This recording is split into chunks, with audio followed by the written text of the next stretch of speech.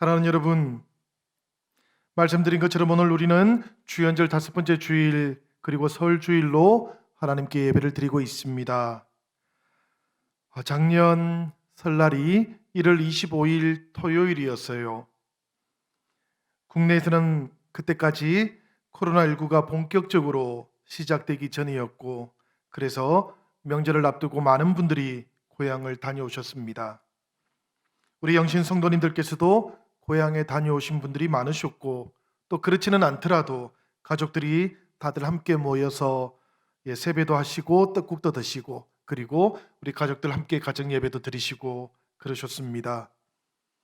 2월이 시작되면서 일상이 달라졌고, 또 우리들의 일정들도 미루어지기 시작했습니다. 많은 것들이 달라졌고요. 잠시 우리들이 멈추어 서야만 했습니다. 그렇게 1년이 지나갔고 우리가 다시 설날을 맞이하게 되었어요. 이번 설날은 지난 해와는 달리 풍경이 조금 다르기도 하고 분위기도 좀 다릅니다. 고향을 방문하기가 조금 어려워졌고요. 함께 거주하지 않는 가족들은 가족이라고 하더라도 5명 이하로만 만날 수 있게 되기도 했습니다. 가장 사랑하는 가족들을 보호하고 또 우리 공동체 전체의 안전을 지키기 위한 그런 조치라서 우리가 받아들일 수밖에 없기는 합니다마는, 그러나 마음은 몹시 안타깝습니다. 생각해 보니까 우리에게 남아있는 전통적인 명절이 추석하고 설뿐이에요, 이제. 그죠? 여기저기 흩어져 사는 우리네 삶이지만 그래도 이 추석이라든지 설만 되면 부모 형제 얼굴을 찾아뵙기도 하고요. 덕담을 나누기도 하고 또 살아온 이야기 그렇게 서로 나누면서 위로를 주기도 하고 받기도 했는데, 그마저 할 수 없다고 하니까 사실 마음이 왠지 상실감이 좀 있습니다. 아마도 우리 부모님들은 더 상실감이 크시리라 생각이 됩니다. 한 해 동안 평소에는 바쁘고 또 일정들도 많고 그러니까 차마 말하지 못하지만 명절이 되면 그래도 멀리 떨어져 있는 자식들은 좀 볼 거다 이런 생각을 하고 있다가 그마저 여의치 않으니까 아마도 조금 실망스러우시기도 할 것 같아요. 이 설 주일 한 주 동안 사랑하는 성도님들, 여러 가지 방법을 찾아보시기를 바랍니다. 마음을 나누어 주시고요. 그리고 사랑도 전해주시기를 바랍니다. 우리가 여러 가지 영상을 통해서든 혹은 전화를 통해서든 혹은 선물을 주시든 무슨 방법을 찾으시든 간에 우리가 사랑을 전할 수 있는 그런 한 주간이 되기를 바랍니다. 저도 오랫동안 뵙지 못했던 우리 성도님들, 이 시간을 빌어서 인사를 드리고 싶습니다. 이 2021년 새해에 하나님의 축복이 여러분들의 삶과 가정에 가득하시기를 빕니다. 특별히 우리가 코로나19로부터 자유로워져서 우리들 모두가 다시 얼굴과 얼굴을 마주 보면서 서로의 복을 빌어줄 수 있을 때까지 기도하는 가운데 여러분들을 늘 떠올리겠습니다. 그리고 여러분들을 위해서 복 빌어주기를 멈추지 않겠습니다. 사랑하는 여러분, 우리가 함께 이 코로나19의 시대를 우리가 서로 기도하면서 서로 복을 빌어주면서 이겨나갈 수 있기를 주님의 이름으로 부탁을 드립니다. 성도 여러분, 우리들이 이 코로나 감염으로 인해서 비대면 상황이 우리에게 급속도로 빨리 다가오기는 했지만요, 사실은 코로나하고는 상관없이 우리들이 살아가고 있는 이 시대의 문명이 비대면을 향해 가고 있었던 것도 맞습니다. 제 친구 중에 청소년 수련원에서 일하는 우리 목사 친구가 있는데요, 이 친구가 이런 이야기를 합니다. 요즘 청소년들은 인터넷 카페에서는 처음 만나더라도 금방 얘기를 한답니다. 불편함이 없대요. 친구가 되는데 시간이 걸리지 않는답니다. 순식간에 이루어지는데, 그런데 정작 이런 청소년 캠프 같은 데에 와서 낯선 친구들하고 얼굴을 보고 있으면 다들 꿀먹은 벙어리가 된다 그럽니다. 아무도 말을 안 한대요. 얼굴을 보면서는 친해지는 방법을 잘 모른답니다. 이미 비대면 시대 이런 문화에 익숙해져 있다는 것이고요. 심지어 대면에 익숙하지 않다는 이야기예요. 그런데 여러분, 다른 한편으로는 이런 이야기도 있습니다. 한번 들어보시기를 바라요. 고대부터 지금까지, 아주 옛날부터 지금까지 우리 인류는 삶의 영역을 계속 확장시켜 왔어요. 처음에는 단일한 가족이었다가, 그게 대가족이 되었다가, 그 다음에는 부족이 되었다가, 도시가 되었다가, 나라가 되었습니다. 삶의 영역이 계속해서 확장되어 왔는데요. 삶의 영역이 확장되어 온다는 이야기는 다른 한편으로는 우리 일상의 비대면 영역이 점점 더 확장되었다라는 그런 의미이기도 해요. 그래서 사람들은 사실은 이런 비대면 영역들을 극복하기 위해서 마음을 나눌 수 있는 그런 기술들을 계속해서 발전시켜 왔답니다. 이렇게 발전된 기술 가운데 우리가 금방 생각 떠오르는 게 있죠, 여러분. 뭡니까? 우리가 다 가지고 있는 핸드폰, 그죠? 네, 이것도 있고요. 가장 먼저 좀 이렇게 발전된 게 뭔가 하면 지금하고는 좀 다른 기술이에요. 그게 뭔가 하면 저와 여러분들 사이가 아니고 제3자가 저와 여러분들 사이에 예를 들면 물건이라든지 편지를 전달하는 이런 방법을 고안해내었다 그럽니다. 예전에는 직접 주고받는 것밖에 없었는데 3자가 들어와서 이런 것들을 전달해주는 삶의 방식들, 삶의 기술들이 발전되었다는 것이죠. 지금은 우리가 너무 당연하게 생각하는 우체국, 그죠? 집배원들, 이런 분들이십니다. 이게 사실은 사람이라고 볼 수도 있겠지만 삶의 기술들인 것이죠. 비대면 영역들을 극복하기 위해서 인류가 고안해내었던 그런 방식들이었다는 겁니다. 이런 것만 있는 게 아니고요. 생각해보면 정말 많습니다. 우리가 장거리를 빨리 오고 갈 수 있는 교통기술들, 전부 다 비대면 영역들을 극복하기 위한 기술들이지 않습니까? 아까 말씀하셨던 것처럼 전화기라든지 핸드폰, 이런 것들이 전부 다 비대면을 획기적으로 극복할 수 있는 방법들이었던 것이죠. 요즘 스마트폰들은 심지어 비대면 자체를 넘어서 있지 않습니까? 비록 영상이기는 하지만 대면 할 수 있는 데까지 기술이 도달해 있는 것이기도 한 것이지요. 인터넷도 똑같습니다, 여러분. 그러니까 사실 부분적으로 보면 이렇게 발전되어 있는 기술이 비대면 상황을 더 가속시키는 것처럼 보일 수도 있습니다. 그런 부작용들이 나타날 수도 있어요. 그렇지만 본질적으로는 이런 모든 기술들은 외면받고 있는 삶을 극복하기 위해서, 고립되어 있는 삶을 극복하기 위해서 사람들이 만들어낸 기술들이라는 겁니다. 그러니까 엄밀하게 보면 아주 고대에서부터 지금까지 우리는 비대면 상황이라는 것하고 싸워오고 있었다는 거예요. 극복하기 위해서 노력해오고 있었다는 겁니다. 지난 1월 1일에 새해를 맞이하면서 성공회대학교의 김찬호 교수님이라는 분이 계시는데요. 이분이 신문에 기고를 하나 했습니다. 그 기고문의 제목이 뭔가 하면 악수의 종말, 우리 손잡고 악수하는 것 있지 않습니까? 악수의 종말이라는 글을 하나 보냈어요. 정말로 생각해 보니까 우리가 지금 맞이하고 있는 이 시대를 가장 또렷하게 하나 표현하고 있는 말이 악수의 종말이다, 그런 생각이 들었습니다. 1년 동안 여러분들 악수를 잘 못했지 않습니까? 그죠?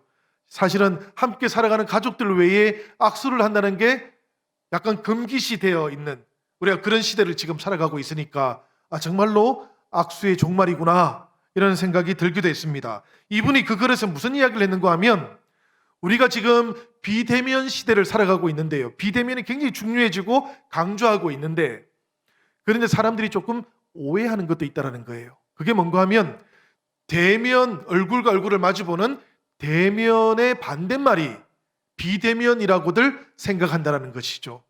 사실은 그렇지 않다는 겁니다. 얼굴을 마주보고 대면하거나 혹은 비대면 상황에 놓이더라도 사람들은 늘 마음을 나누고 전할 수 있었다는 거예요. 단지 마음을 나눌 수 있는 방법이 문제인 것이지요. 그런데 대면과 정말로 반대되는 게 따로 있었다는 거예요. 그게 뭔고 하면 외면하는 거랍니다. 이건 사실은 대면 시대, 비대면 시대 할 것 없이 마음을 나누지 않는 거예요. 그죠? 사랑을 전하지 않는 거예요. 대면하지 않고 마음을 나누지 않는 이 외면한다라는 것, 이것이 정말로 반대말이다라고 그렇게 이야기를 했습니다. 참 공감이 됩니다, 여러분. 우리가 이 설날 주간들을 맞이하면서 다시 한번 이 얼굴과 얼굴을 마주하지 못하는 시대 속에서 어떻게 고립되어 있는 사람들, 외로우신 분들에게 우리의 마음을 다시 전할 수 있을까 다시 한번 생각해 보게 되는 그런 이야기지요. 익숙한 한 해를 떠나보내고요. 다시 한 해를 마주하게 된 사람들은 낯선 시간 앞에서 위로가 필요했습니다. 용기도 필요했어요. 가족들로부터 떨어져서 살게 되었지만 때가 되면 마음을 나누고 특별한 말은 하지 않더라도 함께 밥을 먹고 또 낮잠도 좀 같이 자고요. 그러면서 외롭지 않다라는 것, 그렇게 위로받는다라는 느낌, 이런 것들이 우리들 모두가 필요했던 겁니다. 그래서 먼 길이라고 해도 마다하지 않고 길을 떠났던 것이고요. 고속도로 위에서 그렇게 정체가 있더라도 우리가 기쁜 마음으로 떠났던 것이지요. 부모, 형제 다시 만나고 오려고 했던 겁니다. 낯선 시간 속으로 들어가기 전에 가족들을 좀 만나면 용기도 생기고 홀로 흩어져서 살아가다가 너무 낯선 시간을 만나면 또 고립되고 외로울 수 있으니까 가족들을 먼저 좀 만나서 그 마음에 안도감도 얻고 싶었던 거예요. 이게 설날인 것이지요. 그래서 낯설다라는 말에 들어있는 이 설이라는 것, 이게 새해 첫날을 가리키는 이름이 된 겁니다. 설날이라는 이름의 유래예요. 새날을 시작하는 날이고 익숙하지 않은 시간을 앞두고 있으니까 멀리 떠나 있는 삶이 그 뿌리로 돌아가서 부모님이라는 품에, 가족이라고 하는 그 품에 잠시라도 안겼다가 위로받고 용기를 얻어서 다시 새해를 시작해 보라고 이 날을 만들었던 거예요. 그러니 설날을 앞두고 우리가 이 마음을 잘 전할 수 있어야 되지 않겠습니까, 여러분? 이 사랑도 잘 전해야 되지 않겠습니까? 특별히 우리 사랑하는 가족들, 우리가 가서 뵙지는 못한다 할지라도 그 마음을 꼭 전하시기를 바랍니다. 그리고 우리 흩어져 있고 오랫동안 함께하지 못했던 우리 영신 성도들, 하나님 안에서 우리 한 가족이 된 우리 가족들에게도 여러분들 이 한 주간 마음을 꼭 전해보시기를 바라요. 사랑을 나누어 주시기를 부탁드립니다. 우리 이 한 주간 옛날에는 공중전화의 기적 이랬는데 우리 이 한 주간 다들 핸드폰들을 가지고 계시니까 스마트폰의 기적을 한번 만들어 주시면 좋겠습니다. 오랫동안 함께하지 못하고 그래서 정말로 외로워하고 고립되어 있다고 느낄 수 있는 성도님들, 우리 그리스도 예수 안에 있는 우리의 가족들이 있을 겁니다. 여러분들 꼭 사랑과 마음을 전해주시기를 부탁드립니다. 오늘 말씀을 보니까 우리 예수님께서도 명절을 맞이하셨습니다. 그 명절의 풍경이 나오고 있지요. 갈릴리에 계셨는데 그 형제들이 이 명절에 예수님 왜 예루살렘에 가지 않으십니까?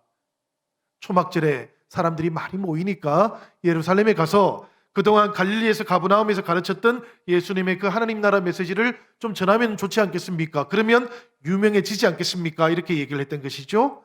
예수님께서는 아직 내 때가 오지 않았다 그렇게 말씀하시고 그 형제들을 따로 보냈습니다. 예루살렘에 가보니까 역시 명절의 풍경이 펼쳐지고 있지요. 수많은 유대인들이 예루살렘에 온 겁니다. 성전에 찾아온 것이지요. 명절이 되면 찾아와야 했던 것입니다. 그곳에 많은 사람들이 이 초막절이라는 명절을 지키고 있었는데요. 이 초막절은 유월절과 또 오순절과 함께 이스라엘의 3대 명절이에요. 수장절이라고 하는 또 다른 이름도 가지고 있어요. 한 해의 농사를 지어가지고 햇과일, 햇곡식이 나오면 창고에 드리는 날이라고 해서 수장절입니다. 그런데 여러분, 이 수장절은 그런 의미에서 보면은 우리가 지키고 있는 추수감사절, 추석하고 닮았습니다. 그지요? 그런데 말씀을 우리가 자세히 찾아보면 이 초막절은 추수감사절이기도 하지만 동시에 또 설날이기도 해요. 우리가 출애굽기 34장 22절을 보면 이런 말씀이 나오고 있습니다. 어떤 말씀인가 하면 하나님께서 저 약속의 땅 가나안에 들어가기 전에 이스라엘 백성들에게 새 말에는 수장절 곧 초막절을 지키라 이렇게 말씀하셨거든요. 이 말씀 속에 나오고 있는 새 말이라는 이 단어는 히브리어로는 보면 테쿠파트 하 샤나라는 말입니다. 어려운 말입니다. 기억할 필요는 없으십니다. 샤나라는 말이 한 해라는 뜻이에요. 그리고 테쿠파트라는 말이 바꾸다라는 뜻이에요. 그러니까 그 해를 바꾼다, 그 해가 바뀐다라는 뜻이거든요. 그게 우리말로 새 말이라고 그렇게 되어 있어요. 그러니까 이건 다른 말로 하면 새 해라고 그렇게 말해도 되는 겁니다. 한 해가 바뀌고 있는 그 현상을 가리키는 것이거든요. 그러니까 이 초막절이라는 것은 본래 한 해의 모든 추수를 하나님께 감사하는 그런 절기이기도 하지만 동시에 새로운 신년을 맞이하는 절기이기도 했다라는 그런 이야기입니다. 이 초막절 명절이 찾아오면 이스라엘 백성들은 뭘 하는가 하면 살던 집을 떠났어요. 왜 떠나는가 하면 예루살렘 그 성전으로 가야 됐기 때문에 그렇습니다. 우리처럼 떠남의 목적이 고향이 아니고요, 성전이었다라는 이야기고, 그리고 그 성전에 가서 예배를 드리고 난 다음에는 광야로 갔습니다. 이 명절의 이름이 초막절이 된 이유가 여기에 있어요. 광야로 나가서 이 사람들은 일주일 동안 초막을 짓고 살아야 했습니다. 그런데 여러분, 이 유대인들의 전통을 담고 있는 규례집이 있어요. 미시나라고 하는데, 이 미시나에 보면 초막을 만들 때에 특별히 지켜야 되는 규칙이 있습니다. 그게 뭔가 하면 초막을 짓고 난 다음에 그 초막에 지붕을 지을 때, 이어 넣을 때 그 초막 안에 누워가지고 하늘을 볼 수 있어야 됐어요. 하늘의 별이 보여야 됐다는 이야기입니다. 그 이야기는 무슨 이야기인가 하면 이 초막의 지붕을 안전하고 완전하게 다 이어서 지으면 안 되었다는 이야기입니다.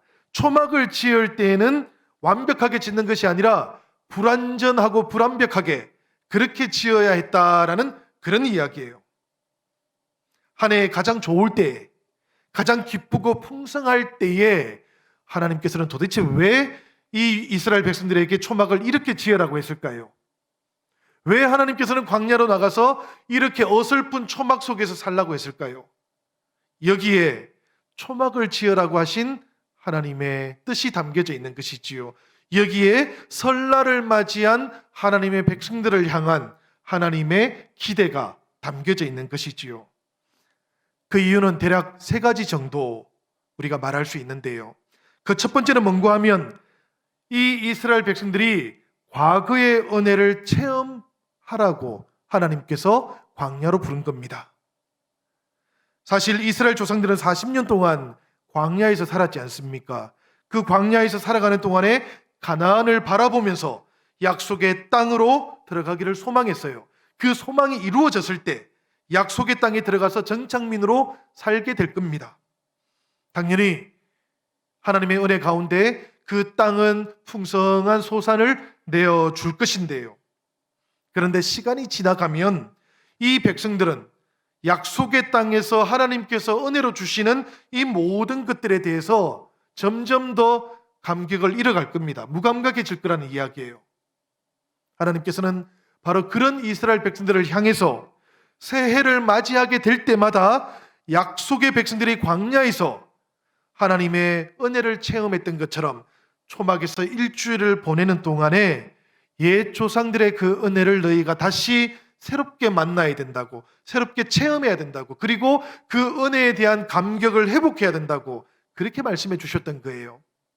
옛날의 은혜를 다시 체험하면 지금 살아가고 있는 이 시대에 우리가 하나님으로부터 받고 있는 그 은혜를 생생하게 다시 느낄 수 있게 되기 때문에 그런 겁니다. 무슨 이야기인가 하면 지금 이 이스라엘 백성들이 바로 은혜 받은 세대들이다라는 것을 다시 깨달을 수 있도록 하나님께서 그들을 광야로 초대하셨다라는 그런 이야기지요. 하나님께서는 과거의 은혜를 체험하면서 현재 속에 깃들어 있는 하나님의 은혜도 발견하기를 원하셨던 겁니다. 그래서 그 백성들이 광야로 나오도록, 그리고 초막 속에서 함께 하시는 그 하나님을 다시 만나도록 그렇게 광야로 초대해 주셨던 거예요. 사랑하는 여러분, 우리가 살아가는 동안에 광야를 만나게 됩니다. 이 광야는 우리가 광야로 내어 쫓긴 게 아니에요. 때때로 하나님께서 우리를 광야로 부르신다면 그때 그 광야는 하나님께서 우리에게 그 은혜를 새롭게 체험하라고, 과거의 그 은혜도 새롭게 만나보라고 우리를 그렇게 초대하시는 겁니다. 성도들은 하나님 없이 광야로 내어 쫓기는 그런 일은 없습니다, 여러분. 언제라도 하나님께서 우리를 광야로 부르실 때에는 하나님의 기대가 있고 하나님의 바라시는 것이 따로 있다는 것을 꼭 기억하시기를 바라요. 이 은혜를 점점 우리가 잊어버리고 무감각해지면 그걸 뭐라고 부르는가 하면 불신앙이라고 부르는 겁니다. 그죠? 이 불신앙이라는 것은 결과예요. 하나님의 은혜에 대한 감각이 점점 사라지고 무감각해진 결과가 불신앙인 거예요. 신앙과 불신앙이 따로 있는 게 아니고 점점 더 신앙에서 이 은혜가 감격을 사라지게 할 때, 느끼지 못하게 될 때 우리는 불신앙의 상태 속에 던져지는 것이죠. 그것을 하나님께서 염려하시는 거예요. 그 자녀들이 그렇게 될까 늘 광야로 부르시는 겁니다. 그러니 이 한 해를 살아가는 동안에 여러분, 우리가 비록 때때로 광야와 같은 현실을 만난다고 할지라도 그곳에 하나님의 뜻과 계획이 있다는 것을 꼭 기억하시기를 바랍니다. 두 번째로 하나님께서 우리를 광야로 부르시는 이유가 있습니다. 그게 뭔가 하면 우리의 삶 가운데 뒤바뀌어져 있는 우선순위가 있다면 그것을 원래의 모습으로 되돌리라라는 그런 뜻이 담겨져 있어요. 말씀드렸던 것처럼 가나안에 정착한 이후에 이 하나님의 백성들은 이제는 땅의 소산을 기대하면서 하나님 없이도 자력으로 살아갈 수 있다는 그런 생각을 하게 되었습니다. 가나안에 들어갔던 이스라엘 백성들이 게을렀던 게 아니에요. 열심히 노력했고 땀을 흘렸어요. 그런데 이분들은 땀을 흘리고 수고하기만 하면 땅은 당연히 소산을 내어줄 것이다 라고 생각했던 것이죠. 하나님 없이도 말입니다. 그러니 그들의 삶 가운데 하나님은 점점 의미가 없어지는 거예요. 그들의 삶의 우선순위 속에 하나님은 이제 없어요. 그들의 노력이 있을 수도 있고 그들의 공로가 있을 수도 있고요. 그들이 땅에서 얻은 물질이 우선순위가 될 수는 있지만, 그들이 지키고 싶은 소중한 가정이 우선순위가 될 수는 있지만 하나님은 안 계시는 거예요. 그런데 여러분, 광야에서의 삶은 전혀 달랐습니다. 광야라고 하는 그 불가항력적인 자연 환경 앞에서 저 이스라엘 백성들은 자신들이 아주 무력한 존재처럼 극소화되는 것을 느꼈어요. 그러나 그 대신에 그때마다 그들의 삶 가운데 하나님은 정말 강하시다라는 것, 하나님은 위대하시다라는 것을 늘 체험하곤 했습니다. 하나님 없이는 살아갈 수 없는 존재라는 것을 날마다 그들은 체험했던 것이지요. 그게 광야입니다. 그지요? 캄캄한 그 광야에서 그들은 하나님이 얼마나 밝게 빛나고 계시는 분인가 하는 것도 깨달은 거예요. 그래서 하나님의 손을 붙잡고 그들은 광야를 지나왔습니다. 여러분, 이스라엘 백성들은 40년 동안 광야에서 방황했던 게 아닙니다. 이스라엘 백성들은 40년 동안 그 광야에서 하나님과 동행하고 있었던 거예요. 그러니까 광야에서 이스라엘 백성들은 길을 잃어버린 적이 없었습니다. 그들의 삶 가운데 가장 중요한 분이 하나님이셨거든요. 하나님의 손을 붙잡지 않으면 하루도 살아갈 수 없었던 곳이거든요. 그러니 그들의 모든 인생의 삶의 중심의 뿌리에 하나님이 계셨던 것인데요. 그런데 그들의 우선순위가 달라져 버렸던 것이지요. 그래서 하나님께서는 이 백성들을 다시 광야로 부르신 겁니다. 삶을 리셋해야 된다고 그렇게 불러주셨던 거예요. 지난 한 해 동안 열심히 살아왔고 열심히 노력했고 은혜로 살아왔지만 이제 새로운 또 한 해를 시작할 때 그 출발점에서는 다시 하나님을 향해서 그 모든 순위들이 리셋되어야 된다고. 그리고 그 중심에, 그 삶의 뿌리에 하나님이 다시 있기를 바라셨던 것이지요. 그것이 복이기 때문입니다. 그것이 이스라엘 백성들에게 더 좋은 것이기 때문에 그런 거예요. 그래서 하나님께서는 이스라엘 백성들을 광야로 초대하신 겁니다. 하나님께서는 사랑하는 자녀들을 광야로 내쫓지 않습니다, 여러분. 우리를 초대하셨고 그곳에서 다시 하나님과 그 생생한 만남이 회복되도록 그렇게 하셨던 거예요. 우리가 한 해를 살아가는 동안에 외롭게 느껴지실 때가 있을 겁니다. 우리가 여전히 코로나19와 함께 몇 개월을 더 살아야 하기도 합니다. 때때로 우리가 낮아져서 세상 그 누구에게도 기댈 곳이 없게 될 때가 있을 거예요. 인생의 광야를 우리가 가지게 될 때마다, 지나가게 될 때마다 하나님의 이 마음을 기억하실 수 있기를 부탁드립니다. 광야에서 지내는 동안에 우리 하나님께서 우리에게 더 밝히 찾아오실 겁니다. 우리가 정말로 그 땅을 바라보고 눈을 바라보고 그저 사방의 조건들을 바라보면 하나님이 보이지 않겠지만, 그러나 정말로 그 광야이기 때문에 우리가 바라볼 수 있는 하늘을 찾으시면 그곳에 우리에게 더 밝히 찾아오고 계시는 하나님이 계시다라는 것을 깊이 체험하게 될 거예요. 특별히 여러분, 이 한 주간, 설날 주간을 보내는 이 한 주간 동안에 우리의 삶 가운데 우리의 우선순위도 달라지면 참 좋겠습니다. 지난 한 해 동안 여러 가지 그 순위들이 달라지고 있다면, 가치가 뒤섞여 있었다면 설날을 맞이하면서 하나님 앞에 우리가 조용히 기도해 보시면 좋겠어요. 하나님이 제 삶의 뿌리입니다. 하나님께서 내 인생의 가장 중심에 계십니다. 가장 소중한 것 하나만 정해보라면 역시 하나님이십니다라고 그렇게 고백하는 우리가 되면 좋겠습니다.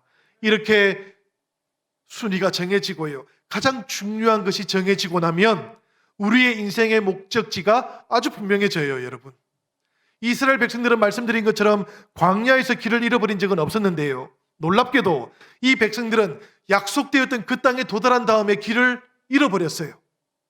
여러분, 광야에서는 길을 잃어버릴 법하고요, 약속의 땅에서는 길을 잃어버릴 일이 없을 것 같지 않습니까? 그런데 하나님의 백성들은 하나님과 함께 있을 때 길을 잃어버리지 않는 것이고, 하나님을 놓쳐버리면 그때 이미 길을 잃어버린 거예요. 약속의 땅에 들어간 이 백성들은 더 이상 하나님을 의지하지 않습니다. 중심에 하나님이 계시지 않아요. 삶의 우선순위가 하나님이 아닙니다. 그들은 길을 잃어버린 거예요. 그런데 하나님께서 그들을 광야로 부르시고 우선순위가 새로워지게 하시고, 그런 다음에는 하나님께서 그 광야에서 그들을 다시 만나 주시는 것이지요. 하나님을 다시 만나니까 이들의 인생 가운데 아주 구체적인 목적지가 하나 생긴 겁니다. 그 목적지가 무엇이겠습니까?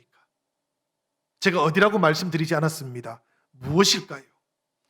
우리 성도들에게 인생의 목적지는 하나님과 동행하는 겁니다. 그게 목적인 거예요. 하나님과 동행하는 것은 때때로 길이고 과정이지만, 그러나 우리들에게는 그 길과 과정이 목적이기도 한 것이지요. 예수님께서 내가 곧 길이요 진리요 생명이라고 말씀하신 이유가 여기에 있는 겁니다. 그 길에 들었으면 이미 그 길이 우리에게는 생명이고 진리가 되기 때문에 그런 겁니다. 그러니 길이 목적지라는 것을 우리가 기억하면 좋을 것 같아요. 이 한 해를 살아가는 동안에 그래서 우리의 삶의 우선순위가 정해지고, 그리고 주님과 함께 하나님과 함께 동행하는 그 길에 들어서기만 하면, 사랑하는 여러분, 2021년 이 한 해가 우리에게 아주 분명한 목적지가 나타나게 될 거예요. 하나님과 함께 동행하는 그 길이 나타나게 될 겁니다. 그 길 안에 서 있기만 하면 우리는 어떤 경우에도 하나님께서 주시는 그 은혜의 목적지에서 벗어나는 길이 없습니다. 오늘 이 설날을 맞이하는 주간에 하나님께서 설날과 함께 우리에게 기대하시는 것, 바라시는 것을 꼭 기억하시기를 바라요. 하나님께서는 바로 그 길에 우리가 들어설 수 있도록, 하나님께서는 그 길에서 우리가 어떤 목적지로도 따로 벗어나지 않을 수 있도록 광야로 불러주시는 것입니다. 한 해 동안 사랑하는 여러분, 코로나로 많이 힘드셨습니다. 그리고 2021년에도 우리가 조금은 더 힘들 겁니다. 그렇지만 여러분, 너무 길어서 어렵기도 하겠지만 이 길고 힘겨운 광야에서 그 어떤 다른 것도 없이 하나님의 은혜로만 살아가는 법도 우리가 배워보면 좋겠습니다. 그것이 우리 신앙에는 정말 큰 자산이 될 겁니다.